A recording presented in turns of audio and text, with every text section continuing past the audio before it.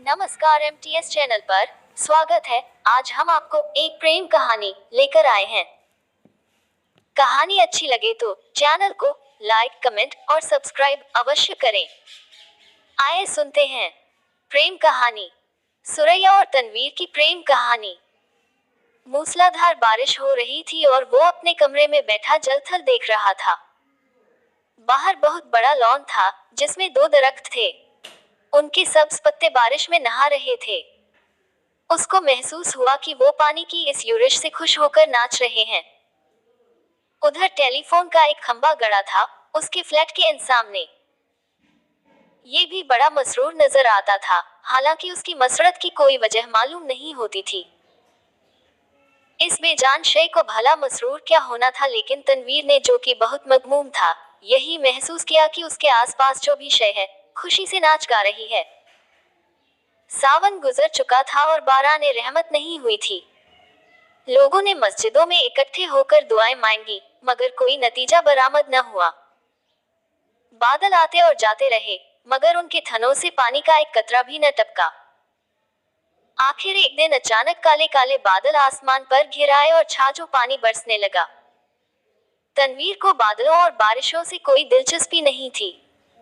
उसकी जिंदगी चटियल मैदान बन चुकी थी जिसके मुंह में पानी का एक कतरा भी किसी ने न टपकाया हो। 2 बरस पहले उसने एक लड़की से, जिसका नाम सुरैया था, मोहब्बत करना शुरू की, मगर एक तरफा मोहब्बत थी।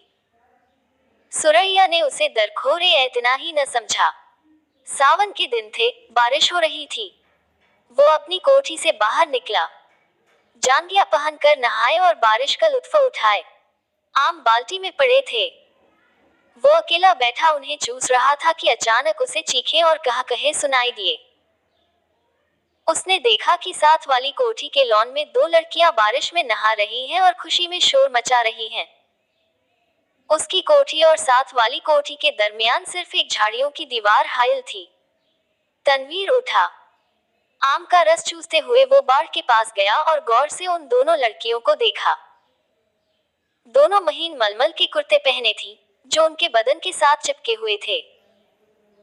शलवार चून की लट्ठे की थी, इसलिए तनवीर को उनके बदन के निचले हिस्से के सही खदोखाल का पता न चल सका। प्रिय मित्रों, इस चैनल को लाइक, कमेंट और सब्सक्राइब अवश्य करें। उसने पहले किसी औरत को ऐसी नजरों से कभी नहीं देखा था, जैसा कि उस रोज, जबकि बारिश हो रही थी, उसने उन दोनों लड़कियों को देखा। देर तक वो उनको देखता रहा, जो बारिश में भीग भीग कर खुशी के नारे बुलंद कर रही थी। तनवीर ने उनको पहले कभी नहीं देखा था, इसलिए कि वो तबन कुछ इस किस्म का लड़का था कि वो किसी लड़की को बुरी नजरों से देखना गुनाह समझता था, मगर उसने उस रोज बड़ी ललचाई नजरों से उनको देखा। देखा ही नहीं, बल्कि उनके गीले बदन में अंगारा बनकर बरमे की तरह छेद करता रहा। तनवीर की उम्र उस वक्त 20 बरस के करीब होगी। नातजुर्बेकार था। जिंदगी में उसने पहली मर्तबा जवान लड़कियों के शबाब को गीली मलमल में लिपटे देखा, तो उसने यूं महसूस किया कि उसके खून में चिंगारियां दौड़ रही हैं। उसने उन लड़कियों में से एक को मुंतखब करना चाहा। देर तक वो गौर करता रहा। एक लड़की बड़ी शरीर थी, दूसरी उससे कम। उसने सोचा शरीर अच्छी रहेगी जो उसको शरारतों का सबक दे सके। ये शरीर लड़की खूबसूरत थी, उसके बदन के आज़ा भी बहुत मुनासिब थे। बारिश में नहाती जलपरी मालूम होती थी। थोड़ी देर के लिए तनवीर शायर बन गया। उसने कभी इस तौर पर नहीं सोचा था, लेकिन उस लड़की ने, जिसका कुर्ता दूसरी के मुकाबले में बहुत ज्यादा महीन था, उसको ऐसे ऐसे शेर याद करा दिए जिनको अरसा हुआ भूल चुका था। इसके अलावा रेडियो पर सुने हुए फिल्मी गानों की धुनें भी उसके कानों में गूंजने लगी और उसने बाढ़ के पीछे ये महसूस करना शुरू किया कि वो अशोक कुमार है, दिलीप कुमार है। फिर उसे कामिनी कौशल और नलिनी जयवंत का ख्याल आया, मगर उसने जब उस लड़की की तरफ इस गर्ज से देखा कि उसमें कामिनी कौशल और नलिनी जयवंत के खदोखाल नजर आ जाएं, तो उसने उन दोनों एक्ट्रेसों पर लानत भेजी। वो उनसे कहीं ज्यादा हसीन थी। उसके मलमल के कुर्ते में जो शबाब था, उसका मुकाबला उसने सोचा कोई भी नहीं कर सकता। तनवीर ने आम चूसने बंद कर दिए और उस लड़की से, जिसका नाम प्रवीण था, इश्क लड़ाना शुरू कर दिया। शुरू शुरू में उसे बड़ी मुश्किलात पेश आई, इसलिए कि उस लड़की तक रसाई तनवीर को आसान नहीं मालूम होती थी। फिर उसे अपने वालिदैन का भी डर था। इसके अलावा उसे ये भी यकीन था कि वो उससे मुलतफित होगी या नहीं। बहुत देर तक वो उन्हीं उलझनों में गिरफ्तार रहा। रातें जागता, झाड़ियों की पस्तकत झाड़ के पास जाता मगर वो नजर न आती। घंटों वहां खड़ा रहता और वो बारिश वाला मंजर जो उसने देखा था आंखें बंद करके जहन में दोहराता रहता। प्रिय मित्रों, कहानी सुनाने के लिए इस चैनल को सब्सक्राइब, लाइक, कमेंट अवश्य करें। बहुत दिनों के बाद आखिर उसको एक रोज उससे मुलाकात का मौका मिल गया। वो अपने बाप की कार में घर के किसी काम की गर्ज से जा रहा था कि परवीन से उसकी मुठभेड़ हो गई।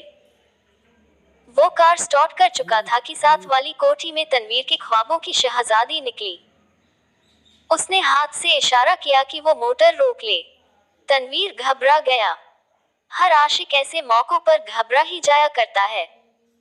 उसने मोटर कुछ ऐसे बैंडे अंदाज में रोकी कि उसको जबरदस्त धचका लगा।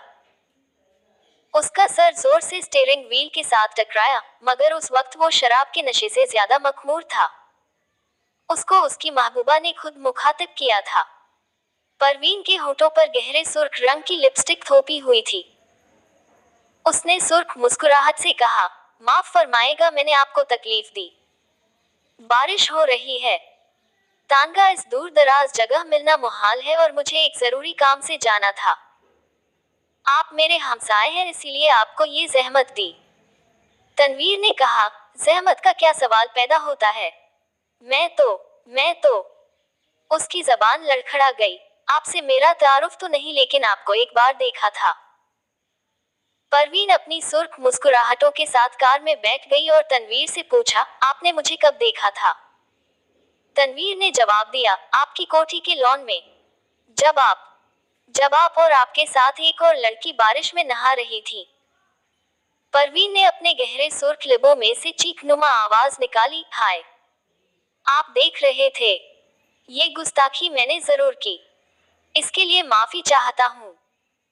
परवीन ने एक अदा के साथ उससे पूछा, आपने देखा क्या था।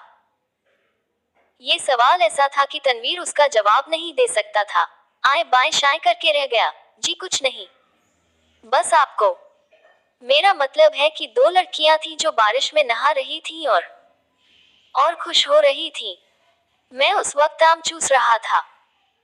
परवीन के गहरे सुर्ख लबों पर शरीर मुस्कुराहट पैदा हुई। आप आम चूसते क्यों हैं? काट कर क्यों नहीं खाते? तनवीर ने मोटर स्टार्ट कर दी। उसकी समझ में न आया कि इस सवाल का जवाब क्या दे, चुनांचे वो गोल कर गया, आपको मैं कहाँ ड्रॉप कर दूं? परवीन मुस्कुराए, आप मुझे कहीं भी ड्रॉप कर दे, वही मेरी मंजिल होगी।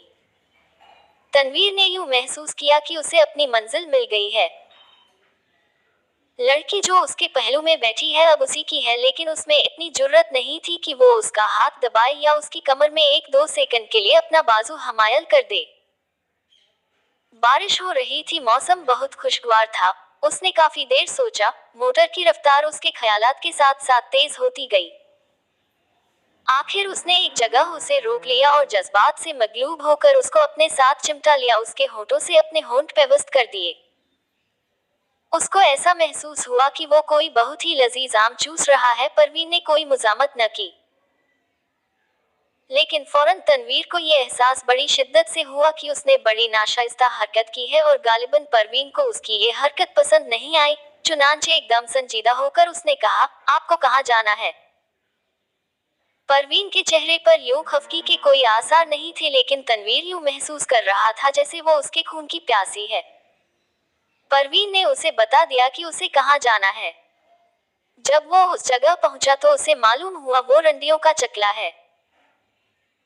जब उसने परवीन को मोटर से उतारा तो उसके होठों पर गहरे लाल रंग की मुस्कुराहट बिखर रही थी। उसने कूल्हे मटका कर ठेठ कस्बियों के अंदाज में उससे कहा, शाम को मैं यहाँ होती हूँ, आप कभी जरूर तशरीफ लाए। तनवीर जब भौचक्का होकर अपनी मोटर की तरफ बढ़ा तो उसे ऐसा लगा कि वो भी एक कस्बी औरत है जिसे वो हर रोज चलाता है। उसकी लाल बत्ती लिपस्टिक है जो परवीन ने होठों पर थोपी हुई थी। वो वापस अपनी कोठी चला आया। बारिश हो रही थी और तनवीर बेहद मगमूम था। उसको ऐसा महसूस हुआ कि उसकी आंखों के आंसू बारिश के कतरे बनकर टपक रहे हैं। और अंत में दोस्तों, यदि आपको ये कहानी पसंद आई हो तो इस चैनल को लाइक, कमेंट और सब्सक्राइब अवश्य करें।